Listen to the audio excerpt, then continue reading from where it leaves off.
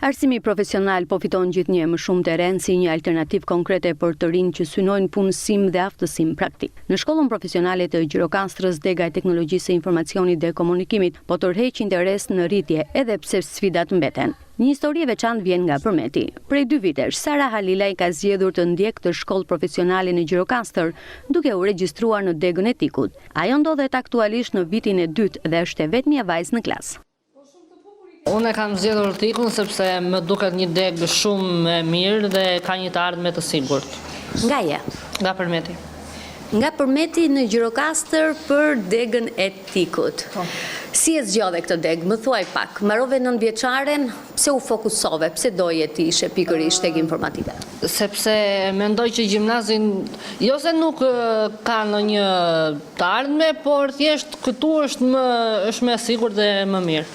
I gjete pritshmërit që ndoshta i vure vetes dhe kërkove kur erdhe në këtë shkollë, si u përballe? Është pak kjo pjesa që një vajzë mes gjithë këtyre çunave, por që unë nuk është se kam shumë problem, këtu jam shumë miqësuar me këta dhe nuk është se kam ndonjë problem.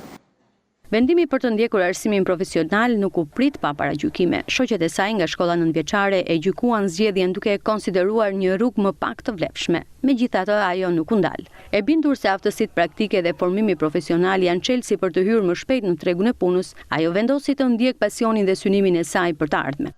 Disa më kanë thënë që shumë mirë do bësh që ti ikësh që këtej, ndërsa disa kanë thënë që jo, çdo bësh ti atje, pse duhet të vesh. Dhe si përfundim ti vendose të vije? Po, patjetër. Dhe cila ishte gjë e parë që mendove, sepse largësia nga familja në një moshë të vogël, si u përballe me këtë realitetin e Gjirokastër? Është pak e vështirë, normale, por duke menduar për një të ardhme më të mirë, bëhem bërë disa sakrifica. Çfarë ka ndryshe kjo degë nga e gjithë pjesa tjetër? Ka mundësi punësimi, është më thjesht për të gjetur një punë, për një të ardhme më të mirë. Unë them të gjithëve kush mbaron tani 9 vjeçaren të zgjedhin arsimin profesional sepse është një rrugë e duhur, ndoshta ka dhe pak vështirësi për të tjerët, por nuk është siç e mendojnë ta, nuk është kaq e vështirë sa mendojnë dhe sa e bëjnë. Në shkollën profesionale të Gjirokastrës mësimi nuk mbetet vetëm teorik. Nxënësit përgatiten me njohuri konkrete dhe aftësi të kërkuara nga tregu i punës, veçanërisht në fushën e teknologjisë, e cila po zhvillohet me ritme të shpejta. Sipas mësuesit shoqëryje e rindit, dega e teknologjisë së informacionit dhe komunikimit po njeh një rritje të ndjeshme interesi vitet e fundit.